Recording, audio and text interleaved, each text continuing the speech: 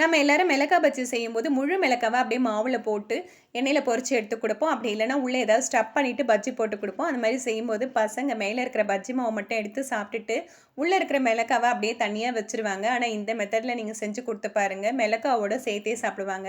பஜ்ஜி மிளகாவை எத்தனை பீஸ் வேணாலும் நீளமாக இந்த மாதிரி கட் பண்ணிவிட்டு உள்ளே இருக்கிற விதையெல்லாம் எடுத்து தனியாக வச்சுக்கணும்.